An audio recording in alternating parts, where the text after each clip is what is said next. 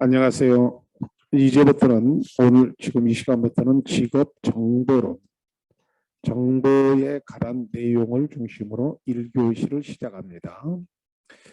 직업 정보론의 첫 번째 내용이 직업 정보의 제공입니다. 정보라는 개념부터 우리가 합시다. 자, 직업에 관한 정보인데 이 정보라는 개념은 먼저 자료라는 개념, 데이터라는 개념부터 우리가 이해하셔야 되는데요. 어떤 현상이 일어나는 사건이나 사실을 기록한 것이 자료입니다. 자료는 두 종류가 있어요. 1차 자료가 있고 2차 자료가 있는데 먼저 1차 자료를 보면 현재 당면한 문제를 해결하기 위해서 새로이 조사하여 수집하는 자료가 1차 자료입니다.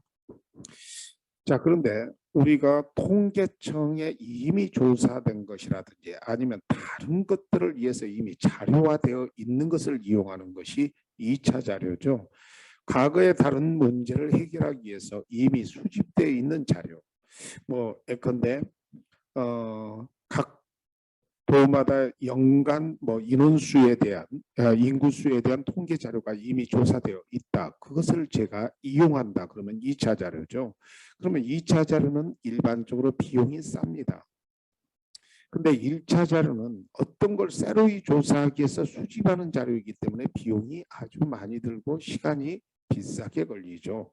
그래서 이용 가능하다면 2차 자료를 먼저 이용해 보시고 거기에 적절한 자료가 없을 때 1차 자료를 이용하는 겁니다.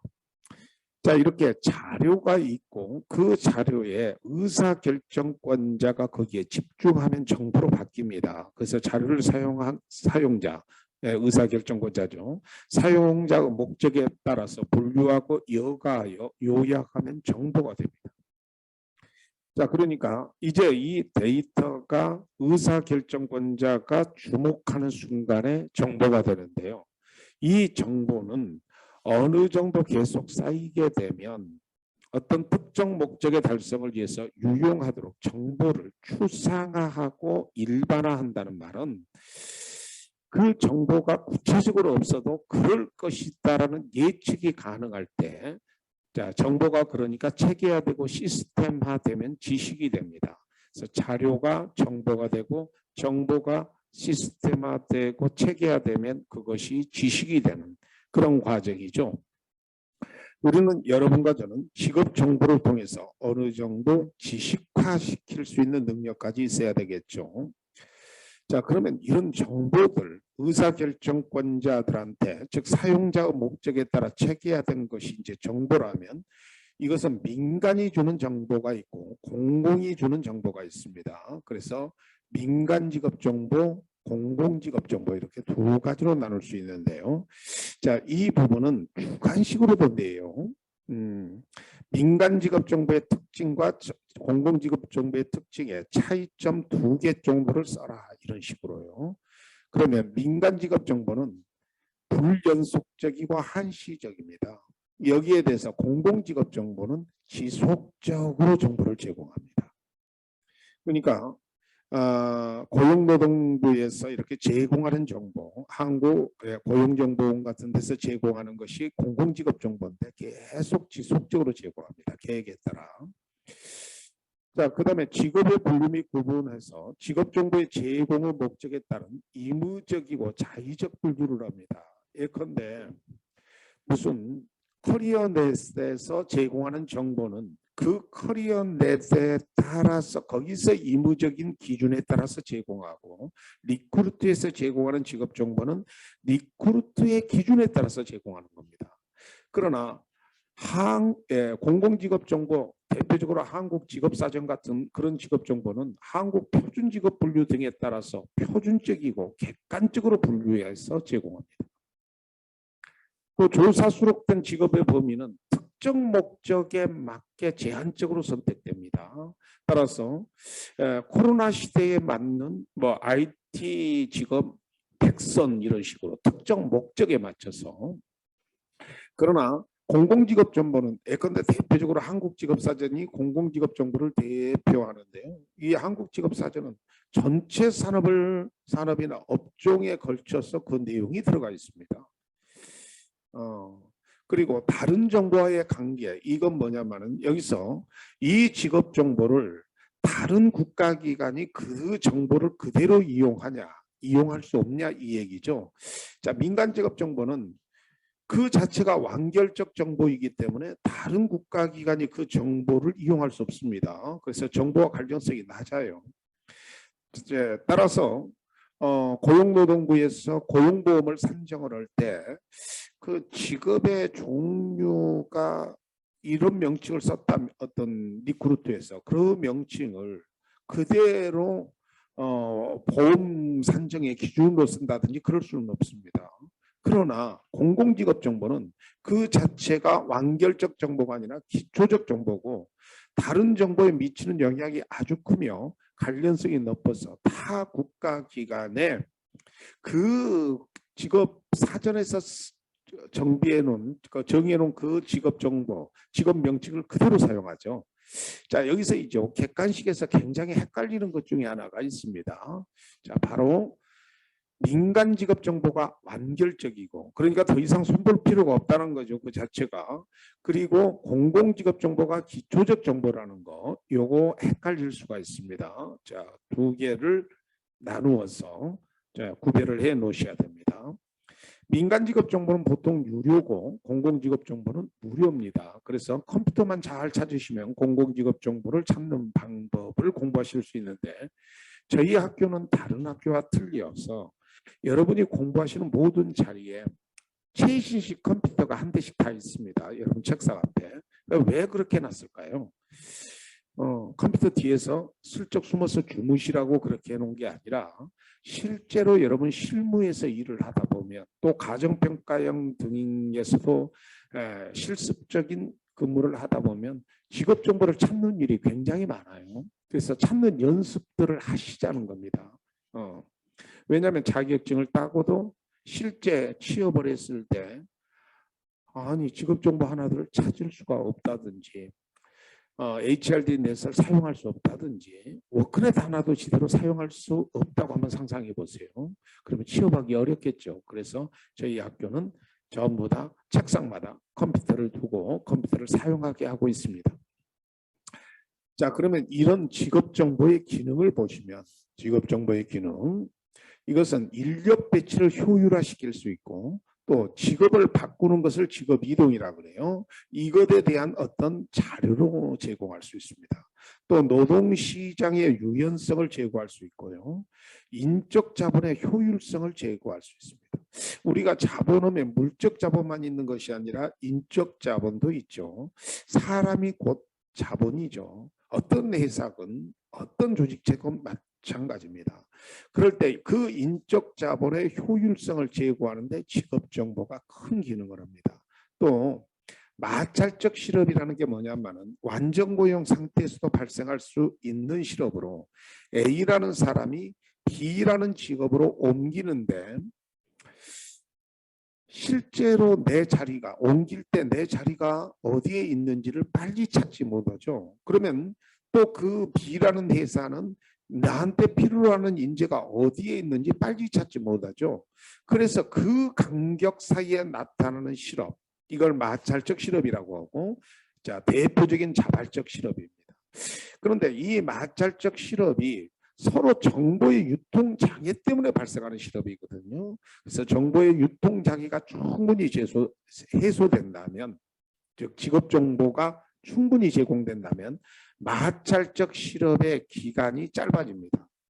그렇지 않겠습니까? 서로 정보가 충분히 제공되어 있다면 오늘 여기까지 회사에 그만두고 나를 필요로 하는 회사가 저기에 있고 저쪽도 나를 필요로 하면 내일부터는 이쪽에 가서 출근을 하게 된다면 이쪽 회사로 마찰적 실업이 하루도 없는 거죠. 그런데 그걸 정보가 부족하면 찾는 기간이 마찰적 실업이니까 그 실업 기간을 감소시킬 수 있다. 뭐가? 직업 정보가. 자, 그 다음에 직업 선택의 결정 모형이 있는데요. 이 부분은 직업 상담학에서 제가 강의를 드린 적이 있어서 빨리 한번 읽고 넘어가겠습니다. 직업 선택의 결정 모형에서 기술적 직업 선택 모형으로 타이드만과 오하라의 모형은 기대 기간은 직업 선택을 결정하기 이전의 기간으로, 자, 전직업기죠. 탐색 단계, 구체화 단계, 선택 단계, 명료화 단계로, 그리고 실행과 조정 기간은 직업 선택을 결정하고 난 후의 단계로서, 자, 기억을 해봐요. 자, 바로 수능기, 개혁기, 통합기로 되어 있다 그랬죠. 그래서 총 7단계입니다. 어디서 공부하셨다고요? 직업 상담학에서 뒷부분에서 공부를 하셨습니다.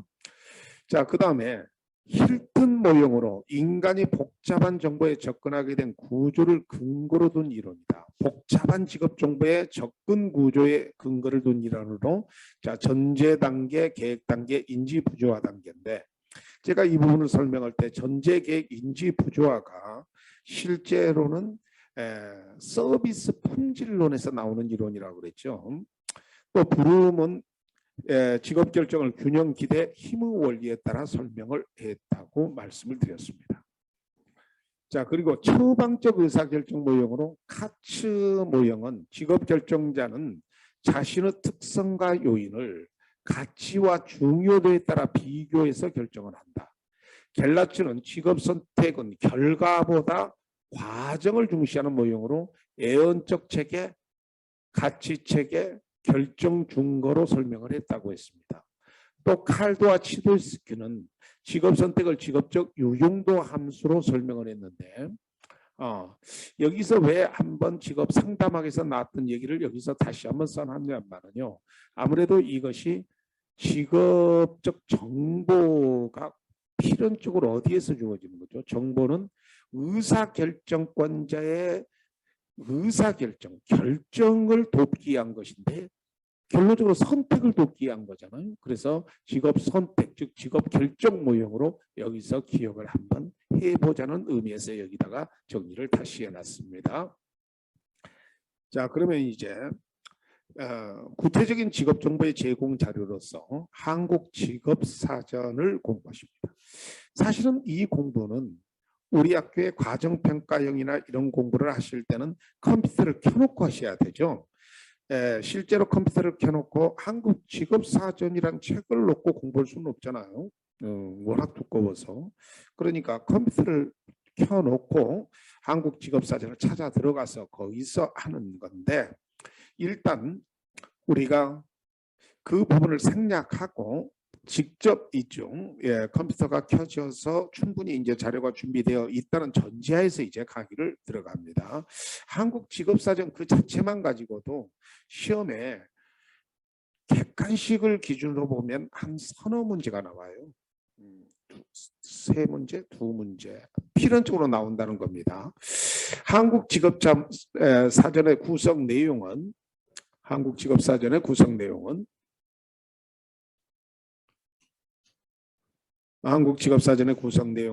직업 코드가 있고 본직업명이 있고 직무개요가 있고 수행직무가 있고 부가직업 정보가 있는데요.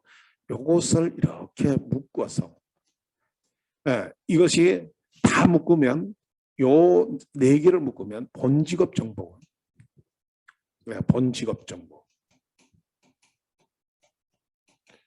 그리고 그 다음에 이걸 묶으면 부가직업 정보입니다. 그래서 크게 네 개로 나눌 수가 있습니다. 그래서 본직업 정보 안에 들어있는 것과 부가직업 정보 안에 들어있는 것, 이것부터 정확하게 구별을 해 주셔야 됩니다.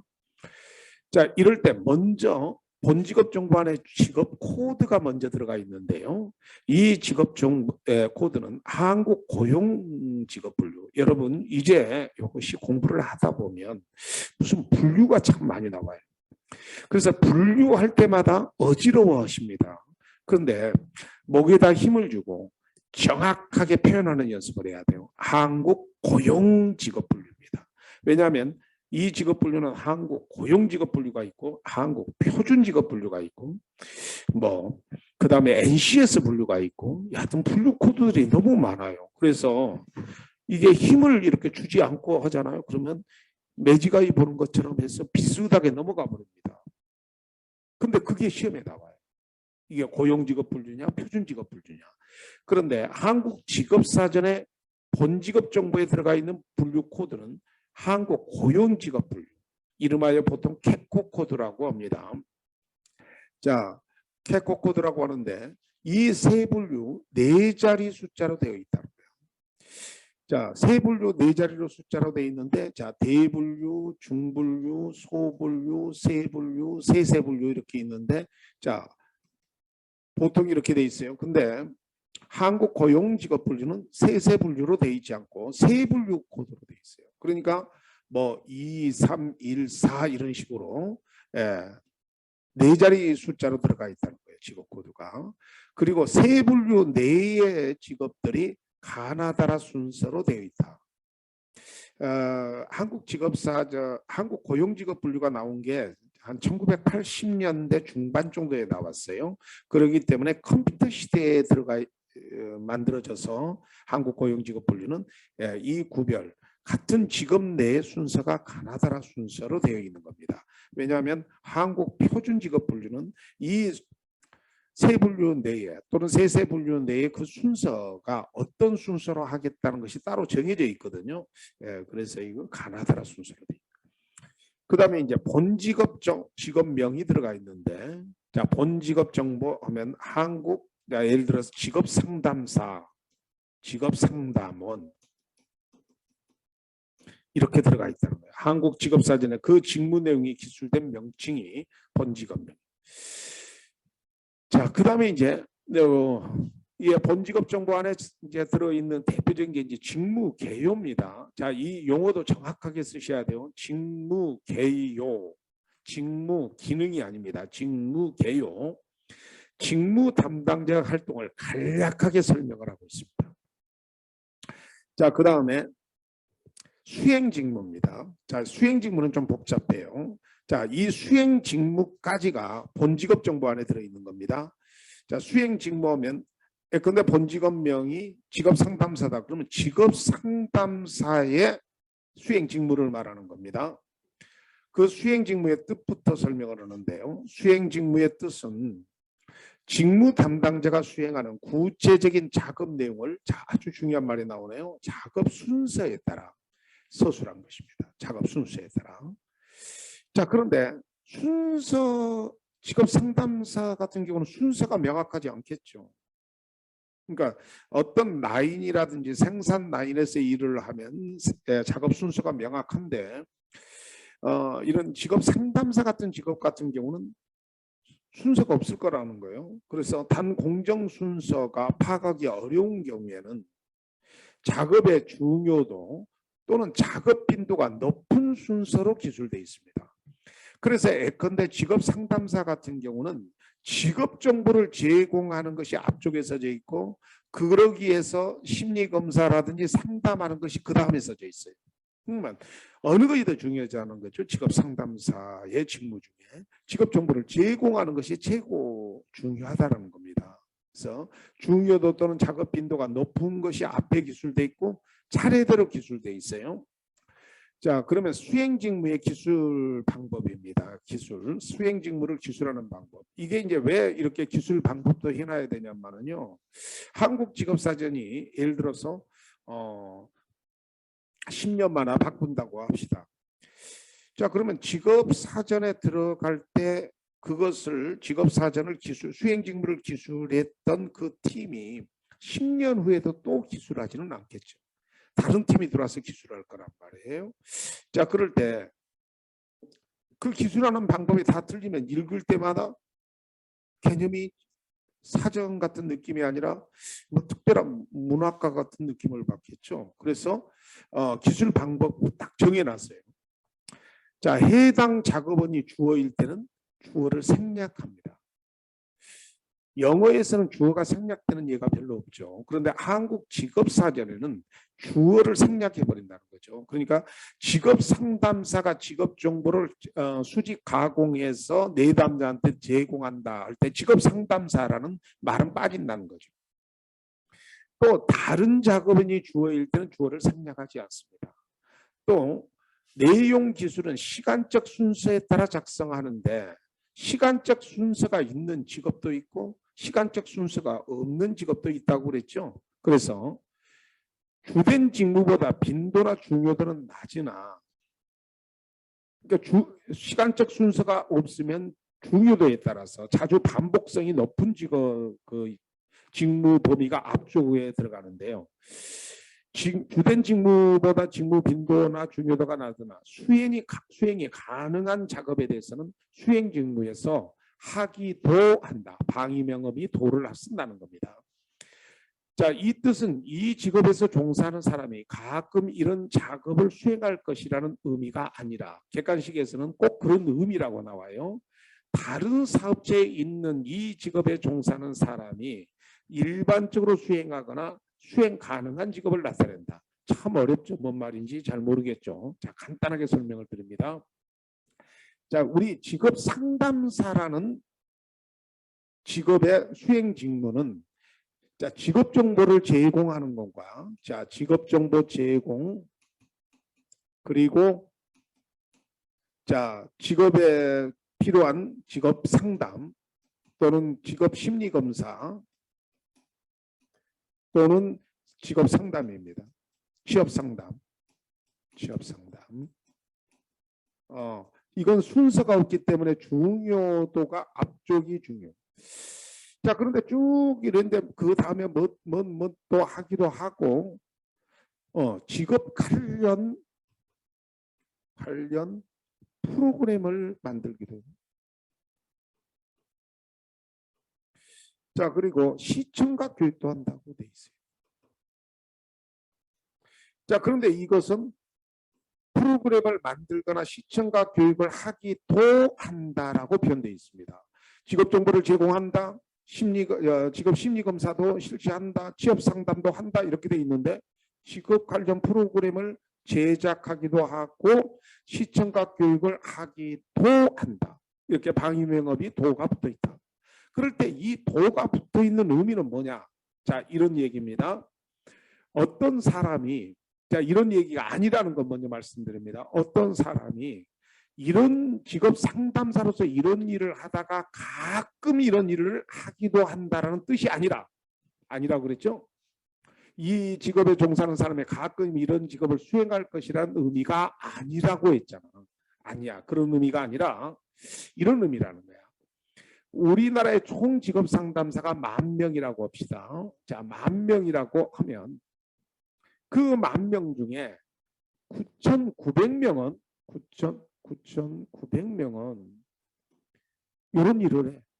직업 정보 제공이나 심리 검사나 취업 상담이나 이런 일을 하는데 나중에 그 한 100명은 아침에 출근해서 저녁까지 프로그램을 만드는 사람도 있고 시청각 교육을 담당하는 직업 상담사도 있다 이 뜻이에요. 그러니까 어떤 한 직업 상담사가 가끔 이런 일을 하는 것을 말하는 게 아니라 10,000명 중에 9,900명은 이 중심되는 일을 하고 한 100명이나 한 200명은 아침에 출근하면 저녁에까지 직업 관련 프로그램을 만들거나 아니면 직업에 관련된 시청각 교육을 하거나 그렇게 하고 있다. 그 사람의 입장에서는 아침부터 저녁까지 주된 일이 그 일이죠. 근데 직업 상담사는 직업 전체를 놓고 보면 하기도 하는 사람들이다. 이런 뜻입니다. 그래서 다른 사업체에 있는 이 직업의 종사는 그러니까 이 100명 정도가 다른 사업체죠. 일반적으로 수행하거나 수행 가능한 직업을 나타낸다. 자, 조금 어렵더라도 이해가 되셨으리라고 봅니다. 이상이 주직업 정보입니다. 시험 문제를 낼 때 가장 기본적인 것이 주직업 정보와 부가직업 정보를 구별하는 것이 가장 기본이에요. 그래서 주직업 정보, 본직업 정보는 직업 코드, 본직업명, 직무 개요, 수행. 이것이 뭐 본직업 정보 또는 주직업 정보라고도 해요. 그리고 이제부터는 부가직업 정보인데 먼저 부가직업 정보와 주직업 정보, 본직업 정보 전체를 이렇게 구별을 먼저 딱 지어야 됩니다. 그래서 직업 코드, 본직업명, 직무별, 수행 직무까지가 본직업 정보 또는 주직업 정보고 이제부터 공부할 것은 부가직업 정보입니다. 그래서 부가직업 정보 안에 들어있지 않는 것하고 물어보면 직무 개요나 수행 직무가 정답이 됩니다. 이건 주직업 정보 안에 들어있는 거죠. 자, 이제 시험 문제는 그런데 전체적으로 보면 부가직업 정보가 더 많이 나옵니다. 그래서 부가직업 정보를 하나씩 컴퓨터를 찾아서 공부하시는 게 원칙입니다만은 자, 조금 이게 요약 설명이잖아요. 그래서 이런 형태로 준비를 하십시다. 자, 부가직업 정보예요. 정규교육은 해당 직업의 직무를 수행하는 데 필요한 일반적인 정규교육의 수준을 나타냅니다. 그러니까 해당 직업에 종사하는 주의할 사항입니다. 평균 학력을 의미하는 게 아니에요. 평균 학력을 의미하는 것이 아닌데 객관식에서는 평균 학력을 의미한다고 여러분을 막 속여먹을 겁니다. 자, 평균 학력을 의미하는 게 아니라 그냥 이 직업을 종사하려면 이 정도의 교육을 일반적으로 받아야 된다라는 겁니다. 예컨대 직업 상담사 같은 경우는 대졸 정도로 해놨어요. 정규교육을. 근데 꼭 대학교를 졸업해야 직업 상담사를 한다라는 뜻이 아닙니다. 예컨대 중고등학교를만 졸업했어도 여러 가지 경력이나 독서량으로 대학 졸업 수준의 지적 수준이라든지 지식 수준이 있다면 할 수 있다라는 뜻이에요. 그러니까 평균 학력을 의미하는 게 아니라는 거 이해해 주셔야 됩니다. 반대인 경우도 있죠. 대졸이 됐지만 대학교 다닐 때 멍하게 다니셔서 지적 수준이 굉장히 낮을 수도 있죠. 그러면 직업 상담사 수행 못할 수도 있습니다. 왜냐하면 어느 정도 논리적이어야 되고 어느 정도 언어적 구사력도 있어야 되고 타인의 어떤 생각이나 이런 것을 공감하는 능력도 있어야 되는데 그 정도로 수준을 대졸 수준으로 본다는 거예요. 대학교 나와야 직업 상담사를 한다는 뜻이 아닙니다. 그러나 반대로 숙련 기간은 의미가 또 달라요. 숙련 기간은 해당 직무를 평균적으로 수행하기 위해서 필요한 기간이에요. 자, 평균적으로 수행하기 위해서. 보통 직업 상담사를 기준으로 보면 2 내지 3년으로 4년으로 돼 있을 겁니다. 그러면 2 내지 4년이다 그러면 이 직업 상담사로서 직무를 누구의 도움도 안 받고 아주 잘하는 게 아니야. 평균적으로 수행하기 위해서는 2 내지 4년 정도 해야 된다는 거예요. 그러면 상당히 너무 기간이 긴데 그렇죠? 그렇지 않아요. 여기서 무슨 훈련 기간이 제외된다는 거예요? 향상 훈련 기간이 제외되고 양성 훈련 기간이 포함됩니다. 예, 양성 훈련 기간은 포함되는데 이 양성 훈련 기간은 무엇을 말하냐면요, 이 자격증을 따는 기간까지 포함돼요. 그래서 여러분 직업 상담사의 자격증을 취득하기 위해서 2급을 기준으로 본다면 검정령이 약 한 6개월 정도 걸리죠. 그렇죠. 그리고 가정평가형도 6개월에서 한 7개월 걸릴 수 있습니다. 왜냐하면 기간이 좀 더 길거든요. 한번 떨어지고 나면 거의 한 1년 걸려볼 수도 있어요. 그러니까 그거 기간 빼고 나면 실제로는 한 1, 2년만 지나면 평균적으로 수행할 수 있는 능력이 되는 거죠. 참고적으로 이 숙련기간, 평균적으로 수행하는 숙련기간 같은 경우가 10년 이상인 그런 직업도 있어요. 외과인데 흉부외과 의사 같은 경우는 한 10년 넘어도 평균적으로 수행하는 능력이 되겠죠. 숙련기간이 아주 긴 기간도 있습니다. 그리고 여기에 시험 문제 이게 나와요. 향상훈련 기간은 제외되고 양성훈련 기간만 포함된다는 거. 그 다음에 이제 세 번째가 직무 개요가 아니라 직무 기능입니다. 주직업 정보에는 직무 개요라고 되어 있죠. 이런 직무 기능인데 직무를 수행하는 과정에서 자료, 사람, 사물과 맺는 관계를 의미합니다. 자, 그러면 예컨대 직업 상담사 같은 일을 어떤 사람이 20년 일을 했다고 합시다. 그러면 그 사람은 뭘과 관련된 일을 했냐면은 자료와 관련되고 사람과 관련된 일을 했다는 뜻이에요. 그러나 사물과 관련된 일을 하지 않았다는 뜻이죠. 자, 그러면 반대로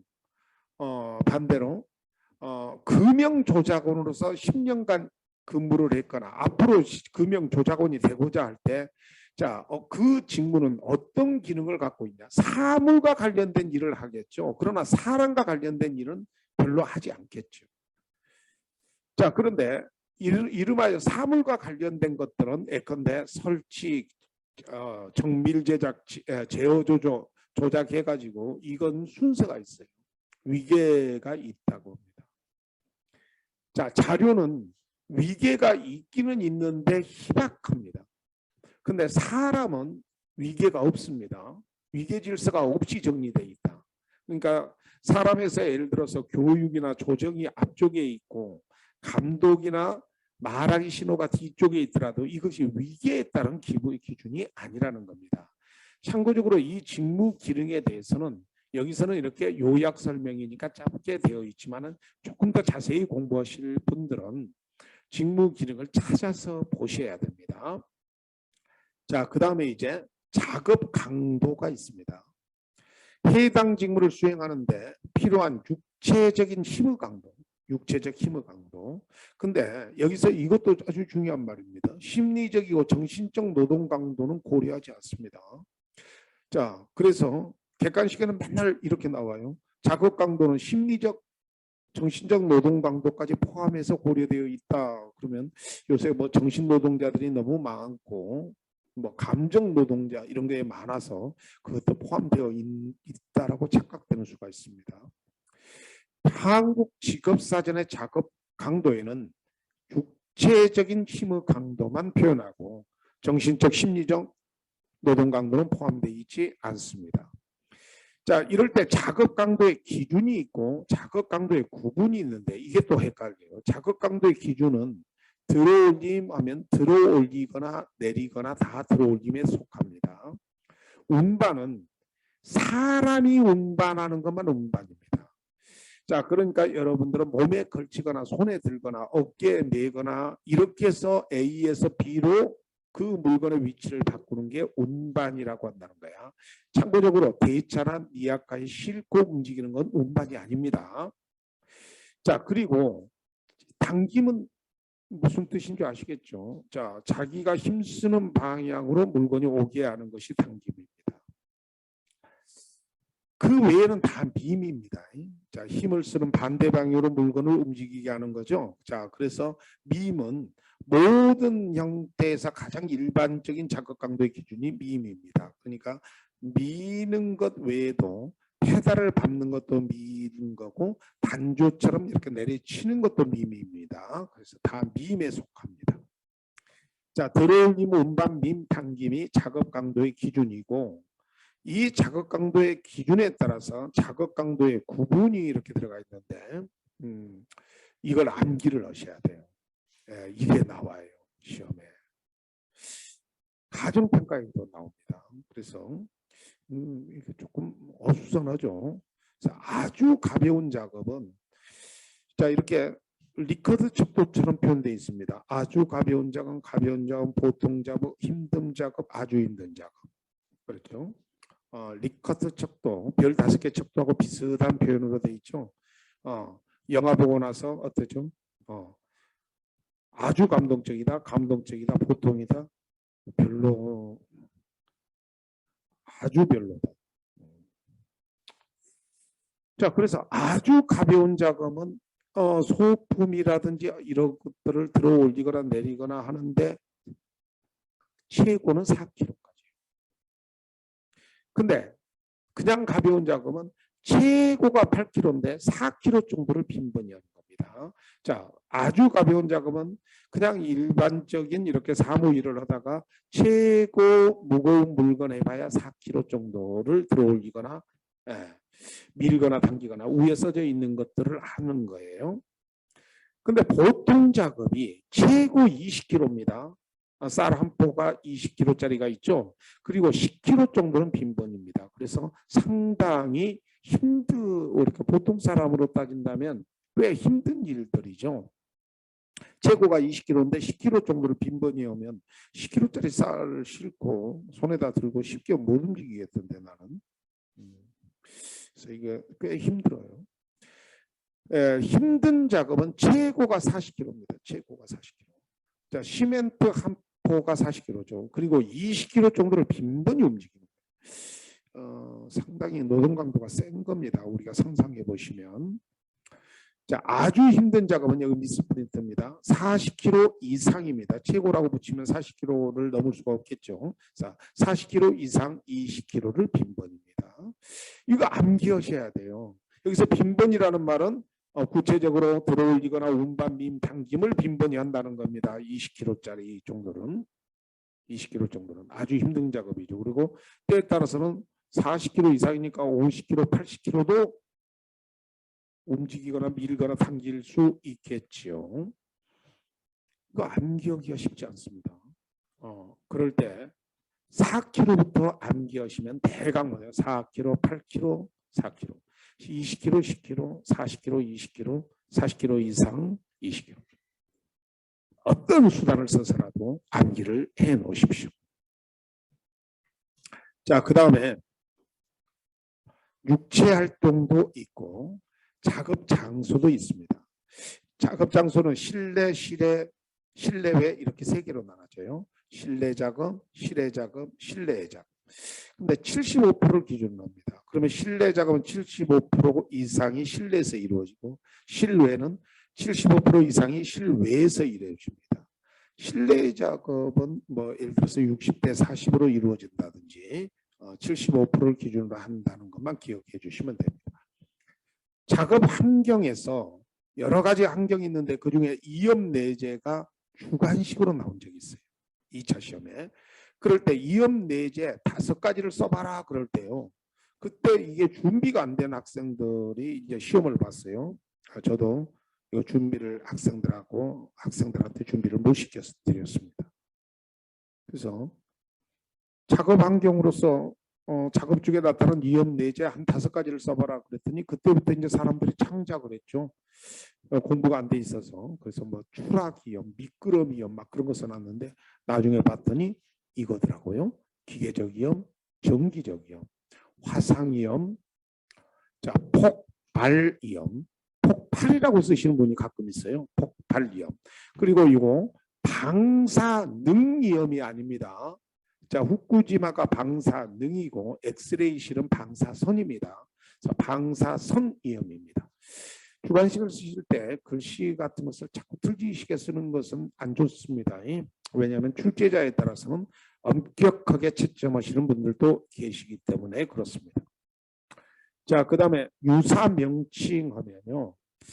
본 직업명이 갖는 근로자와 동일한 직무요. 그러니까 유사 명칭은 동일한 직무입니다. 그래서 수행하지만 사업체에 따라 다르게 불러지는 명칭으로 직업의 종류 안에 들어가지 않습니다. 자, 뭔 말이냐면은 여러분 보험 모집원 있죠. 이 보험 모집원이라고도 하지만은 어떤 회사에서는 보험 설계사라고도 하죠. 보험 설계사.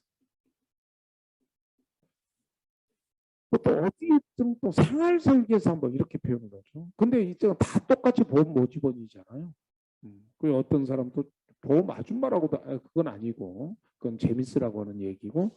자, 보통은 이런 용어를 쓰죠. 그럴 때 보험 모집원으로 주직업 정도가 들어가 있다. 본직업명이. 그럼 보험 설계사는 뭐죠?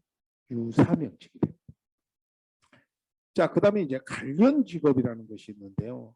본 직업명과 기본적인 직무에서 공통점이 있어요. 그런데 직무의 대상이나 범위가 나누어지는 직업인데 옛날에는, 지금은 아닌데요. 옛날에는 직업 상담사가 본 직업명일 때, 자, 관련 직업으로 청소년 상담사와 진로 상담사가 들어가 있었습니다. 근데 이게 빠졌어요. 이제는 옛날에 들어 있었다는 거죠. 그럴 때 이 청소년 상담사나 진로 상담사는 직업 상담사와 공통점이 있으나 그 대상이나 범위에서 나누어져서 서로 다른 직업이라는 거야. 직업 상담사와. 이걸 관련 직업이라고 합니다. 관련 직업. 그 다음에 자격 면허에서 입직, 취업하는 데 필수적이거나 도움이 되는 자격이나 면허를 기술하는 것입니다. 그래서 직업 상담사 자격증은 직업 상담사 자격증을 땄다고 직업 상담사 자격증을 취득하는 것이지 직업 상담원이라는 직업을 갖는 건 아니죠. 그래서 직업 상담원이 되기 위해서는 직업 상담사 자격증이 필수적으로 도움이 되는 자격증입니다. 근데 민간 자격증은 들어가지 않아요. 그래서 민간 자격증은 제외된다는 사실입니다. 또 한국 표준 산업분류 코드가 있는데 이것도 들어가요. 자, 물론 직업 상담사는 한국 표준 산업분류 코드 안에 있는 직업에서만 직업 상담사가 근무하는 건 아니죠. 보시는 바와 같이 교육 서비스업인 우리 학교에도 5명이나 직업 상담사가 계셔요. 창구에 3분 다 직업 상담사이시고, 그것은 한국 표준 산업분류 코드로서 가장 관련성이 있는 코드로 그냥 하나 산업분류 코드가 들어가 있고, 자, 수직업 정보 안에 들어있는 직업 코드는 한국 고용직업분류라고 그랬죠. 근데 여기에 부가직업 정보에는 한국 표준직업분류, 한국 표준이 KS입니다. 그래서 KS 코드. 한국 고용직업분류는 캐코 코드라고 합니다. 그래서 KE 코드입니다. KECO 코드. 그리고 조사 연도가 들어가 있습니다. 자, 보시는 바와 같이 이렇게 해서 뭘 공부를 했습니다. 한국 직업 사전을 공부하셨는데, 자, 여기에서 전체적으로 객관식 기준으로 본다면 2문제 이상 나온다고 생각하고 준비하셔야 돼요. 자, 그 다음에 한국 직업전망이라는 것이 있는데요. 한국 직업전망은 우리나라를 대표하는 17개 분야 196개의 직업을 상세 정보로 되어 있는데요. 여기는 일반 직업 정보가 들어가 있습니다. 자, 근데 여기에서 이제 한국 직업전망은 전망서라고 치시면 안 돼요. 한국 직업 전망이라고 치고 이제는 2021년 것으로 씁니다. 근데 한국 직업사전처럼 많은 양의 직업 정보가 들어있는 게 아니라 똘똘한 직업 정보만 들어가 있는 겁니다. 똘똘한. 어떤 것이 똘똘한 거죠? 그렇습니다. 바로 발전도상에 있는 청소년들이라든지 처음 직업을 입직하러 직업의 세계에 들어오는 사람들한테 어떤 기준을 제시하기 위한 정보가 한국 직업전망이 된다. 자, 그래서 대표 직업명으로 캐코 코드, 캐코. 자, 한국 고용직업분류를 캐코 코드라고 한다고 그랬죠. 세 분류 수준의 명칭을 가능한 사용을 한다. 거기에 하는 일이요. 자, 한국 직업사전은 수행직무가 여기서 하는 일인데, 한국 직업사전의 수행직무는 굉장히 딱딱하게 써졌습니다. 근데 여러분, 그 딱딱한 정보를 청소년들이 보면요, 하기가 싫어지죠. 그래서 한국 직업전망에서 하는 일은 굉장히 문장도 길고 아주 수려하게 만들어졌어요. 아주 접근성이 좋게. 그리고 여기에 아주 중요한 것들이 나옵니다. 한국 직업사전에는요. 한국 직업사전은 이 직업이 남자가 많다, 여자가 많다 이 내용이 없어요. 근데 여러분, 발전도상에 있는 청소년들이 진로나 직업의 미래를 결정할 때 자신의 성도 신경을 쓰죠. 그리고 연령도 나와 있습니다. 대강 학력도 들어가 있는데 진짜 우리들한테 관심 있는 게 뭘까요? 임금 아니겠습니까? 그래서 한국 직업사전에는 임금이 없습니다. 그런데 한국 직업 전망에는 자, 임금이 아주 자세히 돼 있어요. 어떻게 돼 있냐면은 아주 기가 막히게 돼 있어. 이렇게 네 개로 떨어서 하위 얼마, 상위 얼마, 중위값 얼마 이렇게 돼 있어요. 그래서 직업 상담사 같으면 하위 하면 200만 원이든가 그리고 상위는 270인가 이렇게 들어가 있고 중위값은 240 이렇게 들어가 있어요. 앞으로 월급이 더 올라야 되겠죠. 이렇게 들어가 있어. 왜냐하면 요 임금이 실제로 굉장히 중요한 거잖아요. 근데 한국 직업사전은 임금이 들어있지 않다고 그랬어요. 근데 한국 직업전망에는 이렇게 임금이 들어있다라는 겁니다. 그리고 이 직업을 하려면 어떻게 하는 거냐? 되는 길도 써져 있고 이 직업을 주로 하려면 어떤 적성과 흥미가 갖고 있어야 되고 경력 개발 방법도 들어가 있습니다. 자, 그런데 한국 직업 전망이 한국 직업 사전에 비해서 굉장히 중요한 차이점이 있습니다. 그래서 바로 한국 직업 전망은 그 일자리에 대한 전망이 들어있다는 겁니다. 일자리 전망. 그러니까 이 직업 상담사가 미래적으로 뜰 직업인지 가라앉을 직업인지. 예를 들어서 사회복지사를 하고자 하는 사람이 있다 그러면 미래적으로 이 직업이 뜰 직업인지 아니면 없어질 직업인지 아니면 쇠퇴할 직업인지 이것에 대한 전망이 있는데 이런 전망을 어떻게 했을까요?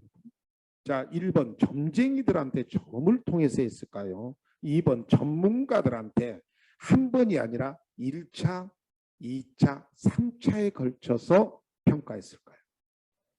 1, 2, 3차에 걸쳐서 전문가 집단한테 검토를 통해서 예측을 한 겁니다. 사실 한국 직업전망에 가장 조사 비용이 많이 든 게 이 일자리 전망이죠. 앞으로 이 직업이 미래적으로 뜰 것인지 가라앉을 것인지. 자, 여러분은 직업 상담사가 되셔서 예컨대 중고등학생들을 상대로 해서 진로 전망 같은 걸 상담한다고 했을 때는 자, 한국 직업사전보다는 한국 직업전망을 갖고 있으셔야 되겠죠. 물론 두 개 다 컴퓨터에서 찾아보시면 됩니다. 그래서 한국 고용전망의 결과 향후 10년간 일자리 규모에 대한 전망을 기술하고 있습니다. 그래서 어떻게 기술하고는 5개로 나누고 있어요. 이걸 자꾸 4개로 나눈다고 시험 문제를 내요. 감소, 다소 감소, 현상대 유지, 다소 증가, 증가 이렇게 5개로 되어 있는데 여기서 주의해야 될 점은 향후 10년간 연간 그렇다는 겁니다. 연간 매년 그러니까 매년 2% 감소로 되어 있을 때 2% 미만으로 감소됐을 때 감소라 하고 여기서 죄송합니다. 이거 마이너스입니다. 마이너스 2% 미만일 때 감소라 하고 마이너스 2% 이상 마이너스 1% 이하를 다소 감소. 현상대 유지는 마이너스 1% 초과 플러스 1% 미만일 때 현상대 유지라 합니다. 다소 증가는 1% 이상 2% 이하 2% 초과해서 증가하는 것은 그냥 증가라고 되어 있습니다. 그래서 5단계로 나누어져 있다는 거 알아두시면서 자 감소에 해당되는 대표적인 직업이 어떤 인쇄업이나 사진업 같은 것은 감소. 자, 여러분 사진 할 때 옛날에는 필름을 이렇게 찍어서 그걸 어떻게 했죠? 인화해 가지고 있었죠. 그 다음에 인쇄업 같은 경우도 이렇게 옵셋 인쇄해 가지고 있죠. 근데 컴퓨터가 발달하면서 지가라만 책을요 저희 학교도 다 컴퓨터로 만들어서 그래요. 그러니까 인쇄업이 발달할 수가 없죠. 감소해서. 그러니까 향후 10년간 매년 마이너스 2% 미만으로 미만이란 말은 마이너스 3% 마이너스 4%로 계속 감소될 것이랍니다. 자, 그러면 직업 상담사는 어디에 속할까? 대부분의 직업은 유지에 속해요. 근데 직업 상담사는 다소 증가에 속합니다. 그러니까 직업 상담사는 향후 10년간 1%부터 2%, 1% 이상 2% 그러니까 1.5%를 매년 정도 늘어날 거라는 거예요.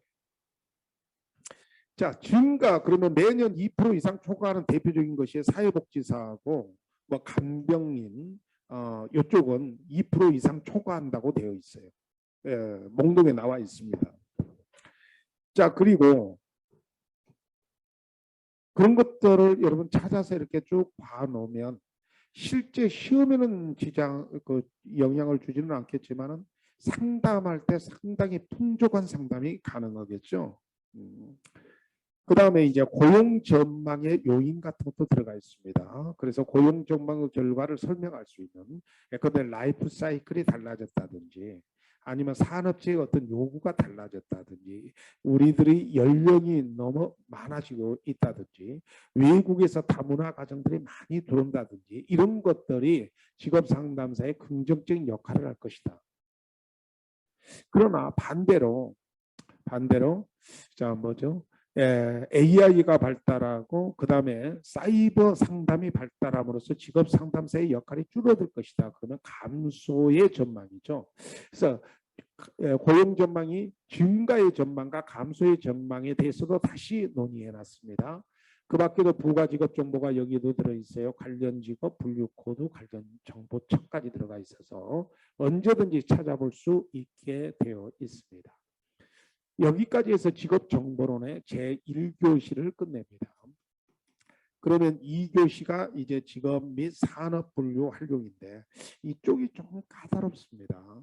그래서 혼자 극복하기가 상당히 어려운 내용으로 되어 있어서 반드시 요약이지만 저의 수업을 들으시면 혼자 공부하시기도 도움이 되시리라고 믿습니다. 다음 시간에 뵙도록 하고 오늘 강의는 여기까지 하겠습니다. 고생하셨습니다.